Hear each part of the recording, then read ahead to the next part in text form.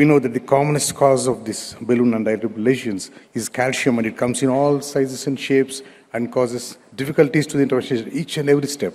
And the most important being the balloon dilatation. And of course, if you do not prepare the lesion well, not just cracking the lesion, if you don't prepare the blood well, if the carpetability is not there, you will end up with a mess of incomplete expansion, and then mace rates will be more. So just cracking the lesion itself is not enough. And of course, this also is important. And again, we should remember that crackability is sometimes an illusion. You put a non-compliant balloon and you do the inflation, it looks like the lesion has given way, the balloon, there is no waste, but if you take a cine, you will find that really the thing is there. So illusion of crackability is an issue. Always do a short cine and make sure the lesion is cracked. And then we also have to remember that there is an issue called unsafe crackability.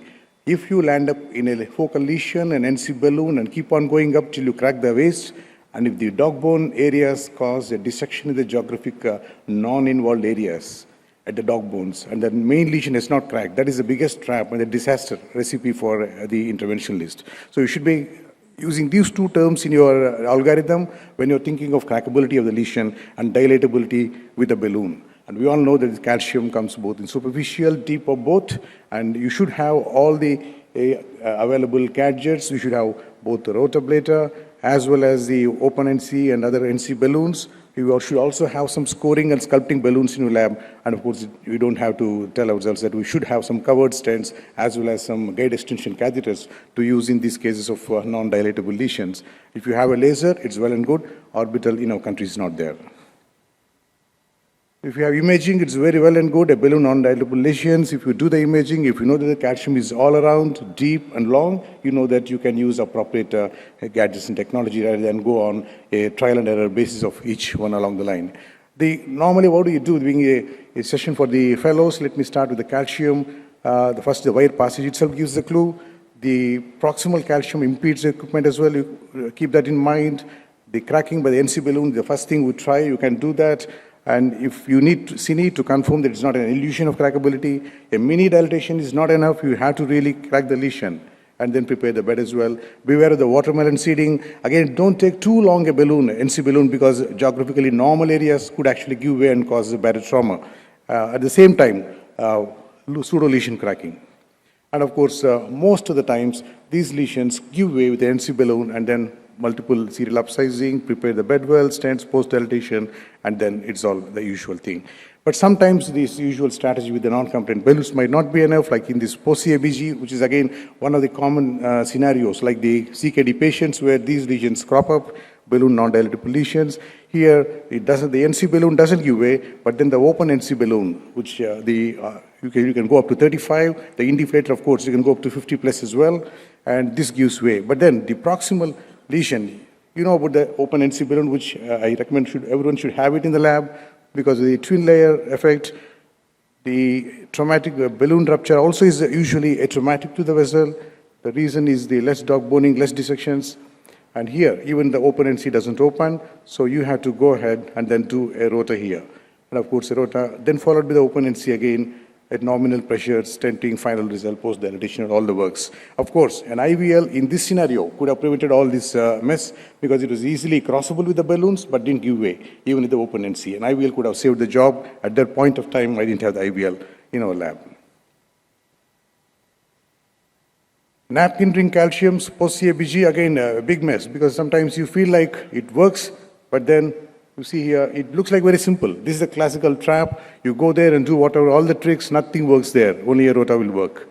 An IVL probably might help as well if you have that, and if cost is not the constraint. We have a robotic assisted PCI in our lab in Apollo Chennai, and when we do these lesions, we usually don't go for very, very hot calcific lesions, but this is one of the not so difficult like appearing lesion, the calcific focal lesion. I was doing the LAD with a robotic PCI, and then what happens is a balloon rupture. Of course, an open NC balloon can easily be tracked with a robo arm as well, and of course, a good result as well.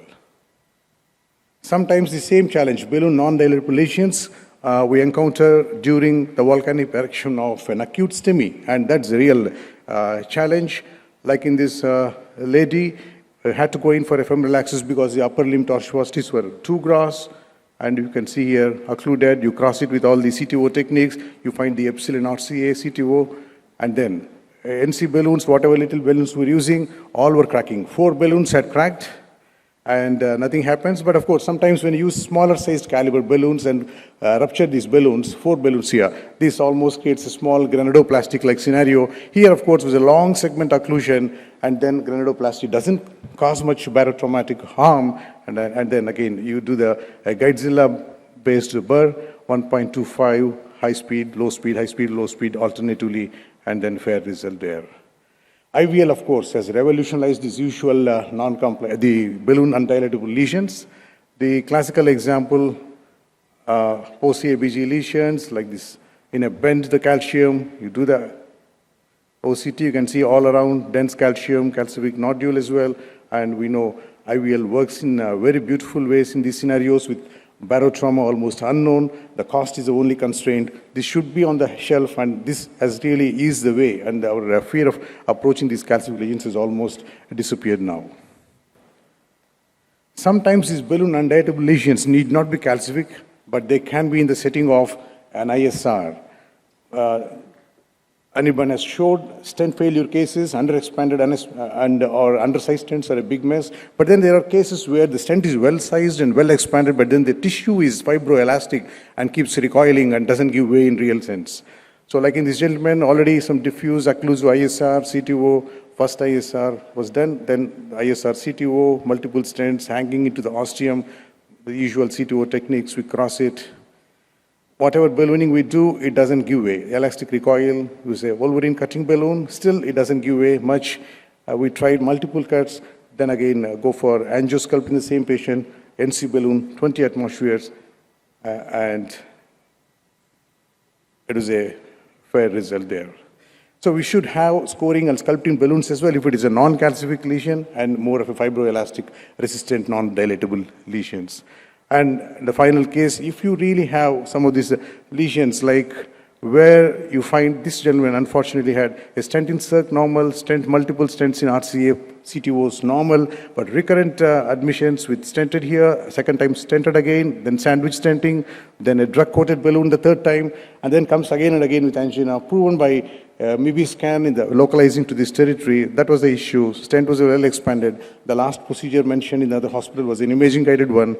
So we had to go in with an ELCA. We used a 0.9 Vitus X80, and then initial ELCA followed by a non-compliant balloon 20, and then a drug-coated balloon. The previous drug-coated balloon was a sirolimus one, and we used the ADAPT paclitaxel balloon here.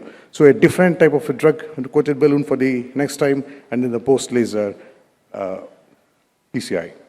The take-home message, balloon undilatable de novo lesions usually are calcific and come in all sizes, but sometimes can be the real recalcitrant elastic ISRs. Imaging definitely helps. A full inventory is important. A non-compliant balloons of various sizes, open NC, rotablator, IVL, shockwave, covered stents, guide extension. And if you have a laser, it's all the way better. We do have all of these in our hospital except for the orbital atherectomy. IVL is a very safe, cost-effective initial strategy. The IVL balloon can cross. Of course, ISR lesions where the stent is underexpanded or undersized or a different challenge and it's been covered, cutting scoring balloons and ELCA also have an important role. Thank you.